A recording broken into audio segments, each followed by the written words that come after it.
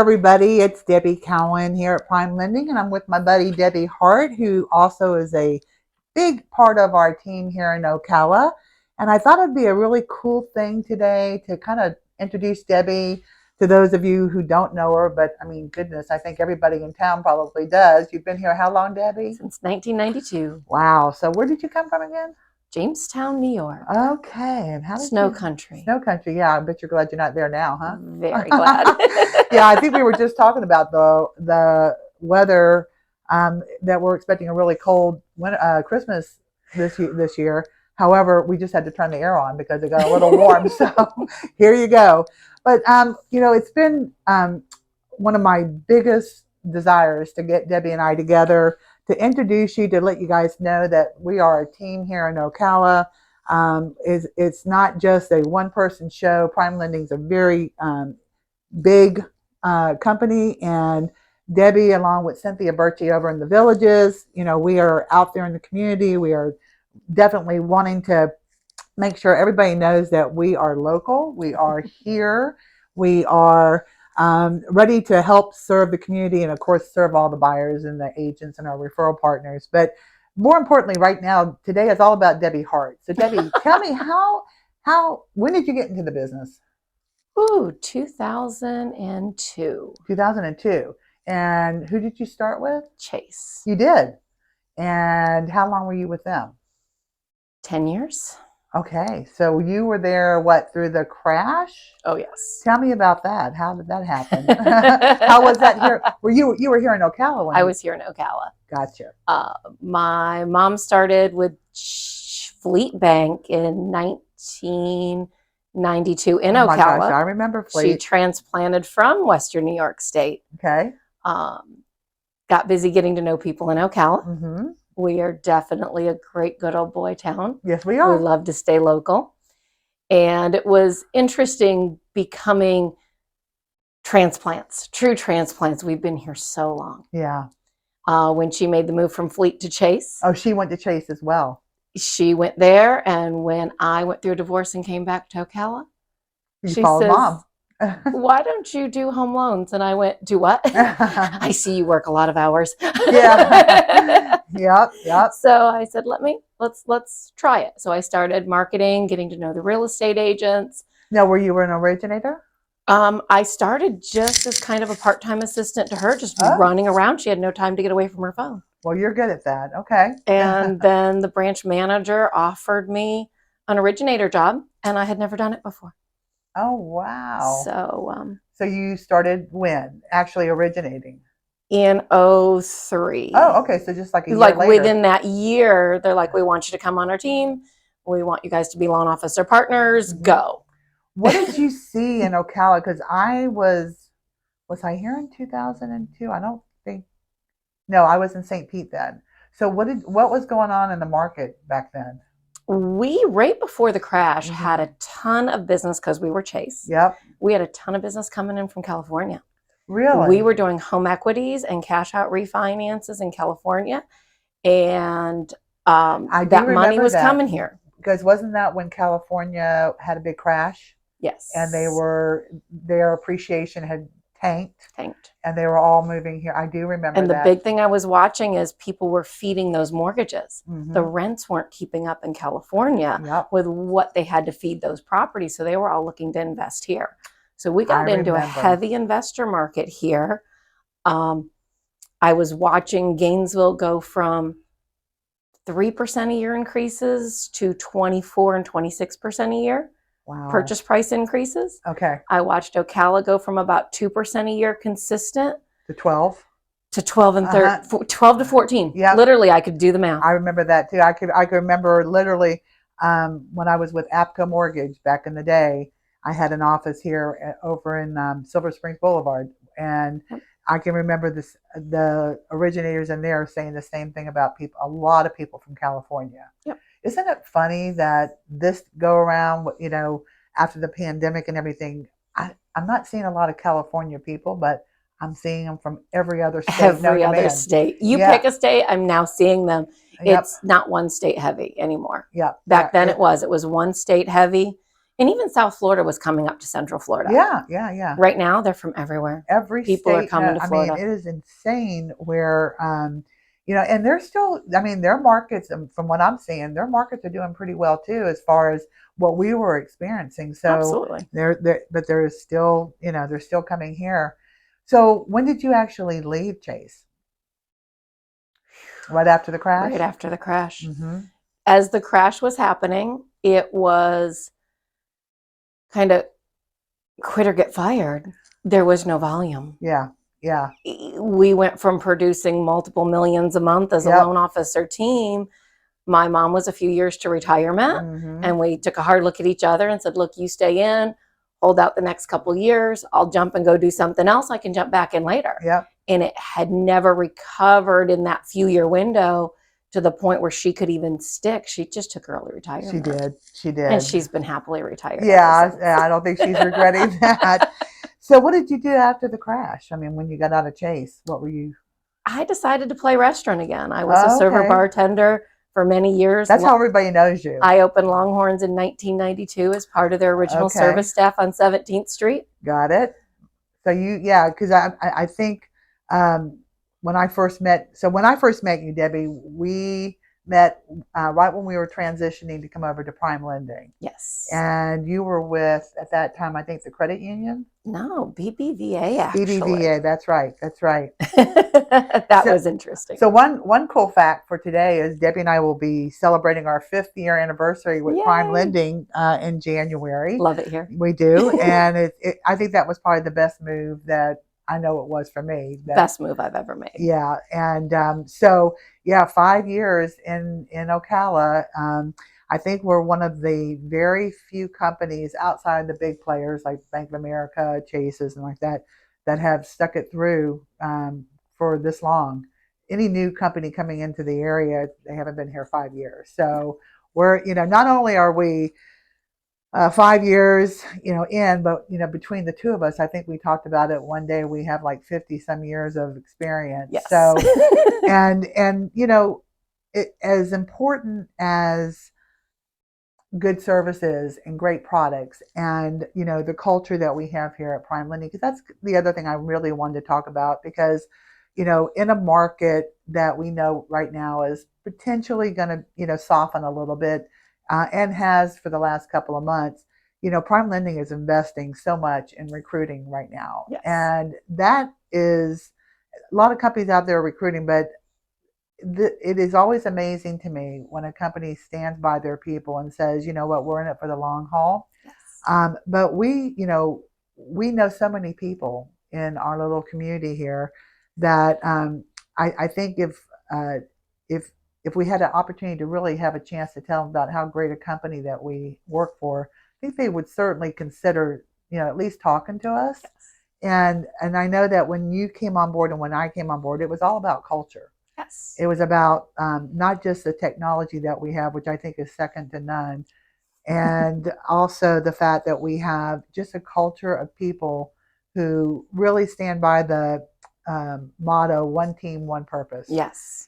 And do you feel the same way? I mean, always. Yeah, I mean, every day. If I have a difficult question, if I have somebody call me and go, this is why another lender's turning me down.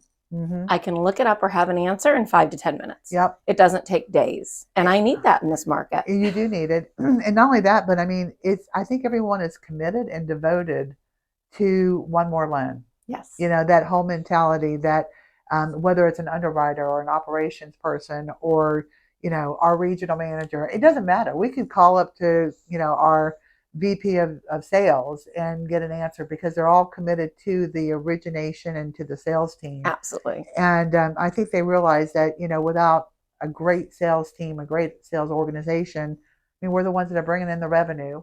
They have to support us. And a lot of companies say they do, but I really, every day when I come into work, I've never regretted walking in the door here at Prime Lending. Have you? Never. No.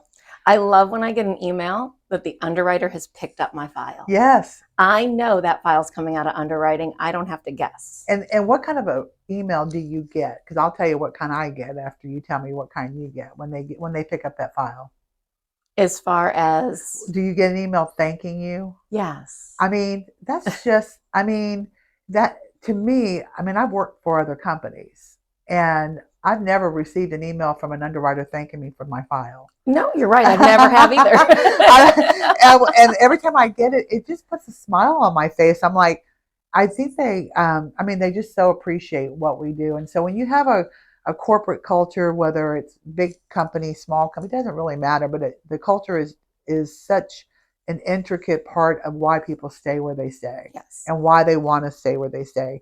And, I'm looking at um, a form, I mean, a flyer that I saved for us to talk about, because I don't think a lot of people know about everything that Prime Lending offers. I mean, we have 400 plus products. I don't even know what most of them are because, until you need it, you don't know you have it. right. But we have it. We have it. I mean, so when you're out there marketing yourself and marketing Prime Lending, what do you say to people about what we offer here and why they should use Prime Lending? Because I can get things done other people can't. I stay in touch with the file from start to finish. Mm-hmm. So from pre-approval and doing that pre-approval right, and that buyer How important is that? understanding. I mean, Oh, really, what do we see all the time? all the time. That people give bogus pre-approvals. Right. So if a customer states their income and asset on a loan application, the definition of a legal pre-approval is your buyer states what they think their income is. Mm-hmm.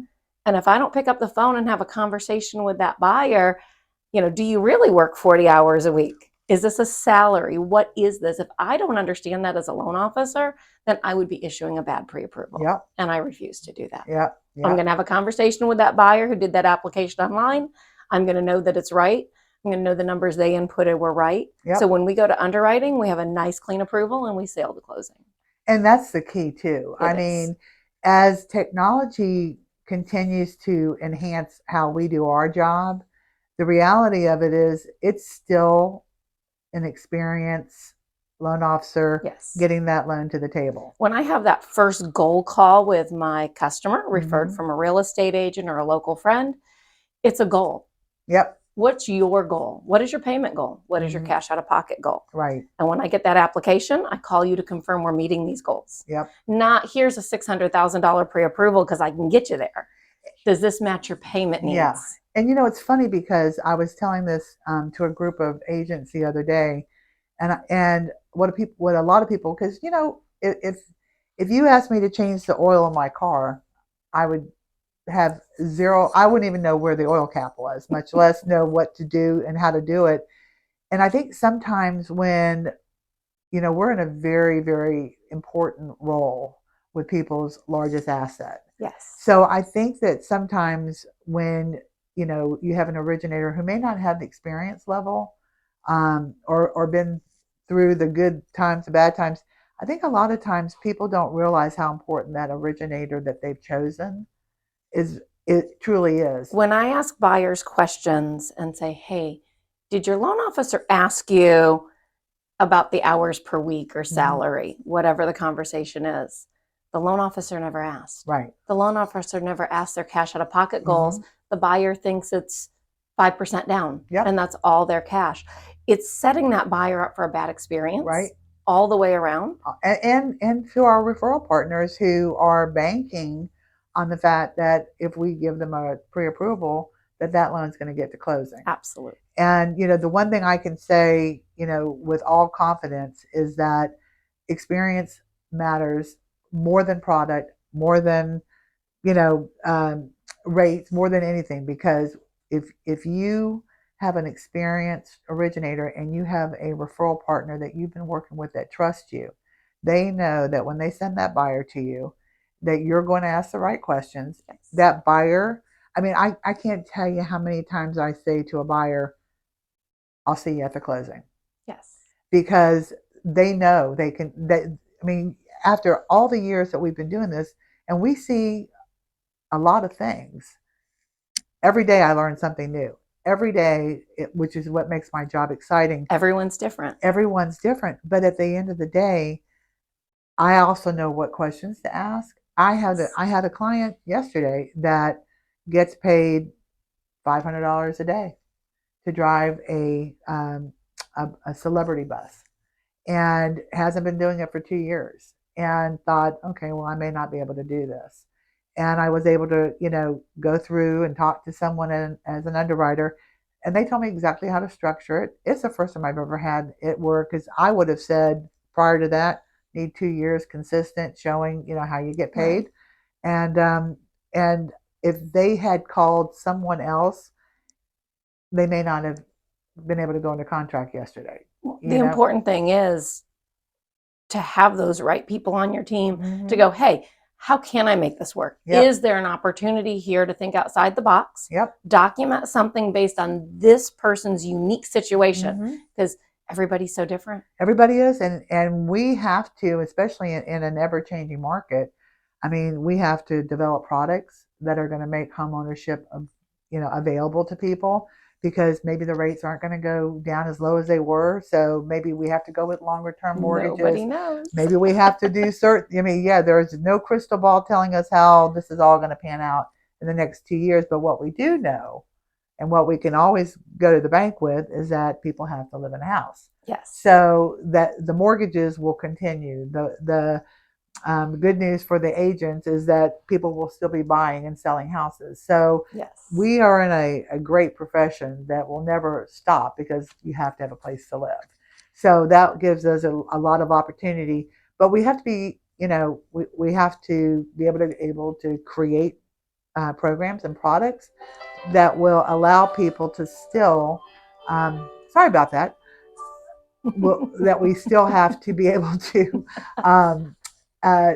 give them an option of somehow getting into that house to make homeownership availability.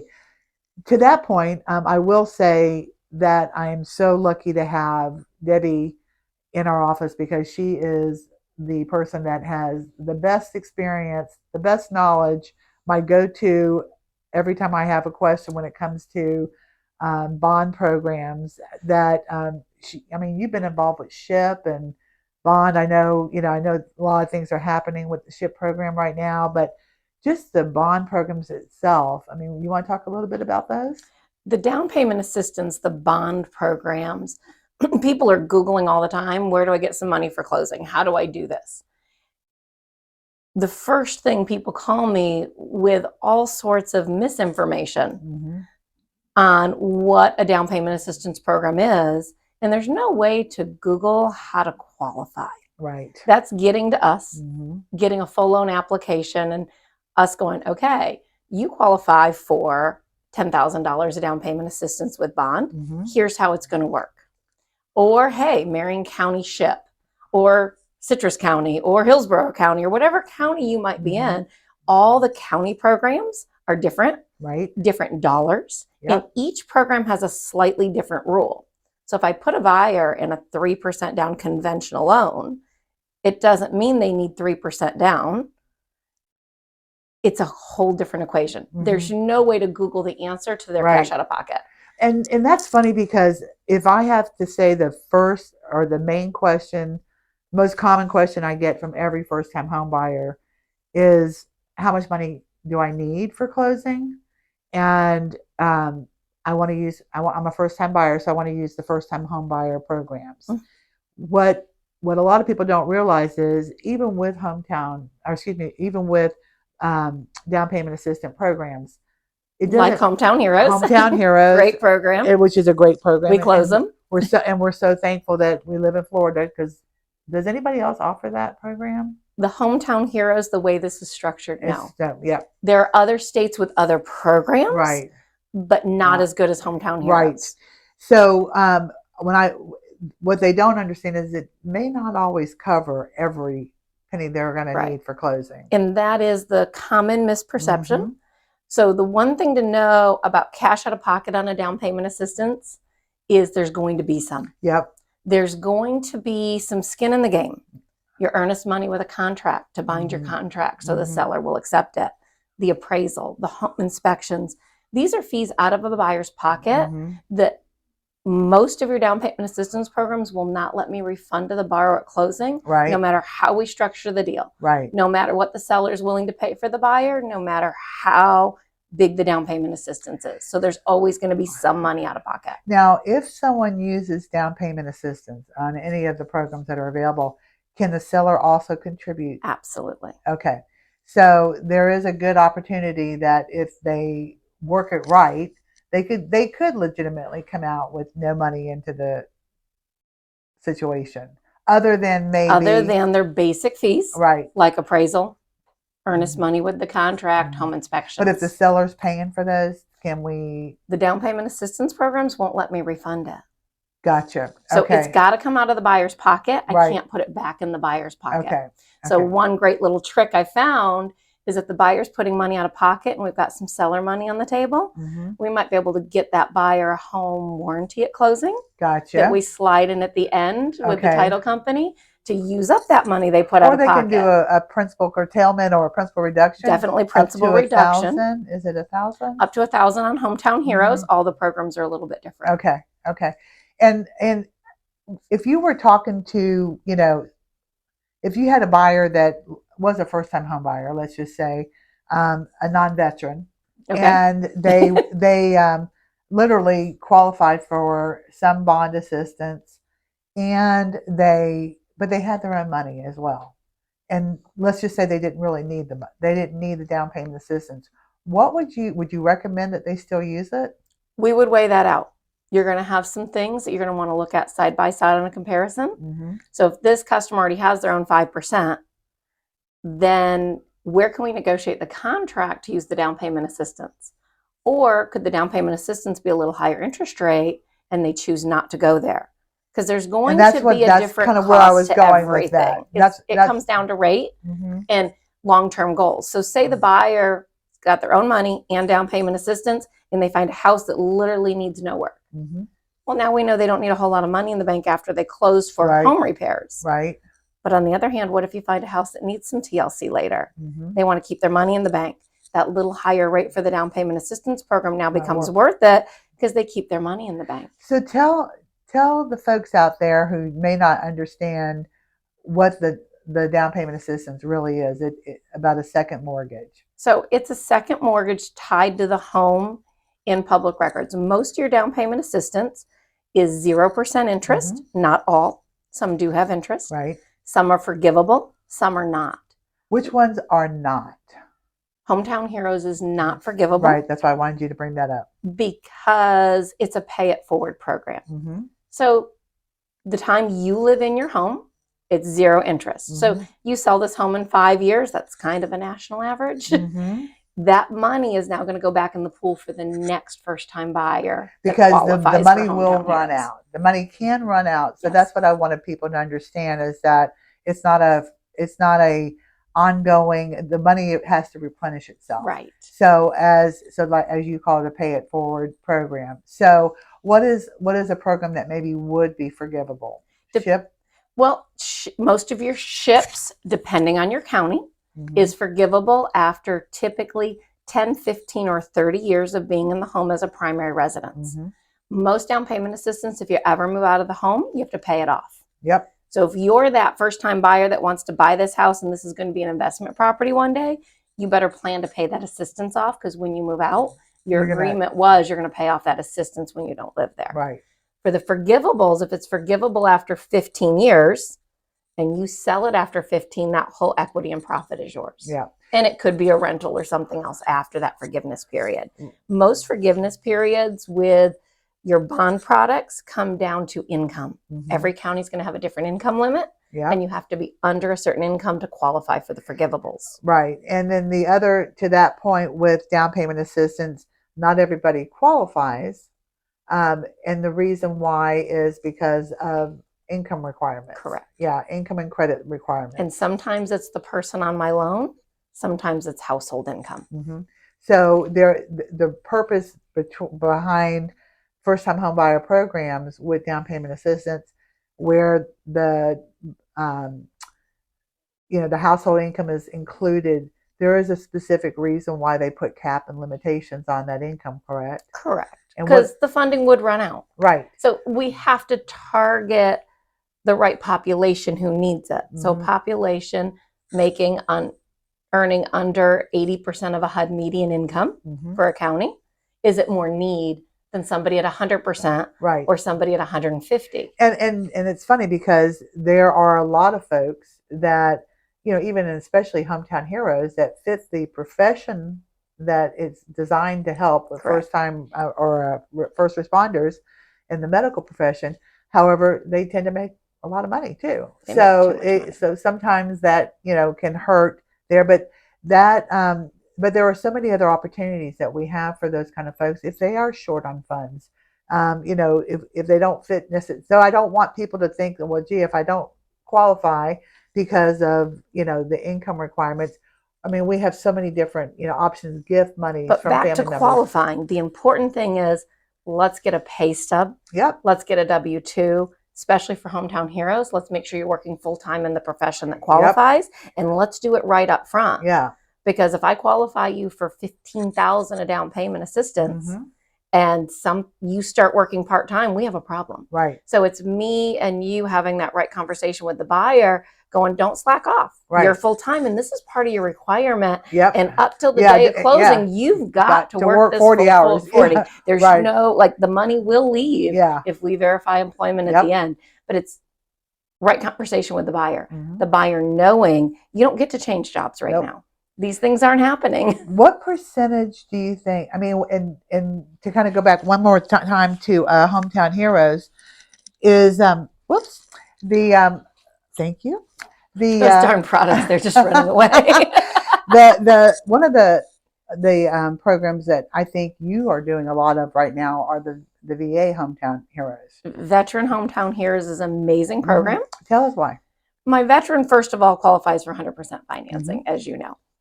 Then on top of that, they're going to get 10, 12, 15,000 a down payment assistance. So instead of my veteran buying a $300,000 house and having a $300,000 mortgage, they're going to have about a $295,000 mortgage. And if we get some seller concessions, their mortgage is going to be even less. So that's going to affect their payment. You said a word earlier, principal reduction at closing. That doesn't help their monthly payment. No. So if we can shave in a climbing inflation environment, $20, $30, $40 off a mortgage payment, sometimes that is going to help that person afford that house more and have a little more spendable money for groceries and things as the next few years go by. And with our veterans, on that particular program, they can be retired. Yes. They don't have to be active or retired veteran. Yep. And they can have another job now, but still be a veteran and still qualify, even if it's not in the profession. Correct. Yeah. So a veteran, once you're a veteran, you qualify for Hometown Heroes in the state of Florida, no problem. Yep, which, you know, we love because we love our veterans. But a lot of our veterans are coming into Florida. So where my standard person qualifying for Hometown Heroes has to have been working in the field in Florida for a year, my veteran can come from anywhere. Yep, which is perfect. Yes. Well, I think the last thing I want to talk about is something that we came up with probably about 6 weeks ago, and it's a coffee talk.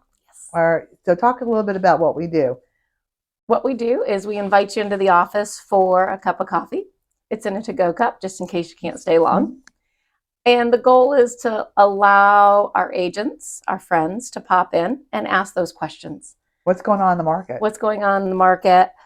What are your buyers' issues as you're talking to a new customer? What are their questions about Ocala, the property? Even though the buyer's pre-qualified somewhere, is the property going to pre-qualify? I mean, it could be anything. We've talked about anything and everything. Yeah, I mean, they could have had a deal just fall through. That happens. You know, they want some direction on that, even if we're not the lender. Hey, why did this happen? Yeah. This just happened with XYZ lender, and why? And when do we have these? Every Thursday. And what time are they? 10 a.m. to noon. So, one of the things that we're going to start them up again in January. Yes. They've been very, very successful. And it's so nice to see, you know, not only the agents that we work with a lot that come in and just, you know, want to come in and say hello and talk about something that may have just taken place with one of their buyers or their sellers. But we want to start doing some topics. Yes. And, I'm super excited about that. And that's going to be, because we really, again, going back to what we're trying to do here with Prime Lending and with us in our communities is not just do loans. I mean, that's what we do. I mean, that's what our job is. But we do want to try to help the community understand what's happening in the market, what's going on with the economy, things like that. But really, just making friends Yes. and getting more of that community mentality that I think a lot of people don't pay attention to. That I think is so critical, and to also remember, that local is important. Local matters. And for a real estate agent to be able to see your face Mm-hmm. and know you're not just a voice on the other end of the phone, you're going to be here. Or several voices on the other end of the phone. Because I just had a client that just, was going to go through a big company. I won't say the name, but it's a call center. And they called to get their pre-approval, and they got the pre-approval. And then they called to get some questions answered, and they could never get the same person again. And the comment was to me yesterday, I have called you 4 times, and all of them after hours, and every single time you picked up the phone. Yes. And so, we want to be able to support our local vendors as well. Absolutely. And so it's not just a matter of, use a local lender, but we have a appraisal panel. We have people that we've hand selected that know our market, know about, I mean, how many times have you seen lenders that are coming from out of state that pull a name out of the hat for the appraiser who's coming from Orlando? Jacksonville, yeah, you name it, they come and appraise Ocala. And charge an arm and a leg. Yes. To only not know what they're doing and have to revise that appraisal 14 times before they can use it. And then if you have a subject to, they don't show back up and they don't show back up for the reinspect. Exactly. Or they charge an arm and a leg to do that. But I mean, we know our market. Yes. So if you have a buyer, whether it's from the vendor, the title company that's local, that knows about mineral rights and things that we have here in Florida that other states don't have. Correct. That work, that know the villages and know that it's not a PUD or an HOA. I mean, it doesn't have an HOA fee. It doesn't have. When you have your local lenders, you have your local vendors that understand the market that you're in. That is what anybody. I can't imagine for an eighth of a percent difference in a rate that they would want to work with a stranger or someone that doesn't know our market, because we have a unique market here. We have horse country. Yes. We have mobile home manufactured homes. That we have appraiser being local plus. Is so important. And it's not, it is. And it's not just the appraiser, but it's the Debbie Hart that's local and has lived here since 1992. Yes. And knows where everything is. I mean, we went on a road trip the other day, and even with the GPS, we got lost. But I mean, she was able to get me where I needed to go. There was some one-way streets in there. But I mean, there were roads that I'd never been on, and I've been here since 2010. They keep making them. Everyone's coming to Florida. Right. But the point is that we can support anything that we run into because we know this area and we know how to work this area. And we know when we order an appraisal and it's in a 55 plus community and the underwriter has, a question about it, we know the answer because we live here. And so, or we can get the answer. But at the end of the day, we need to, as a community, and this should be happening all over the United States, we should be supporting one another in our local markets. And whether it's agents using local lenders or lenders using local title companies, whatever the case may be, we need to support our communities. Absolutely. And so Prime Lending, Debbie, on behalf of Debbie Hart and myself, I mean, we invite you, to use us and to understand that we're here to serve you and serve this community. And we look forward to 2023 and all that it brings. And we look forward to helping everyone out there with their home mortgage purchases. So Merry Christmas, Debbie. Look forward to working with you in 2023. Should be fun. Should be a ride.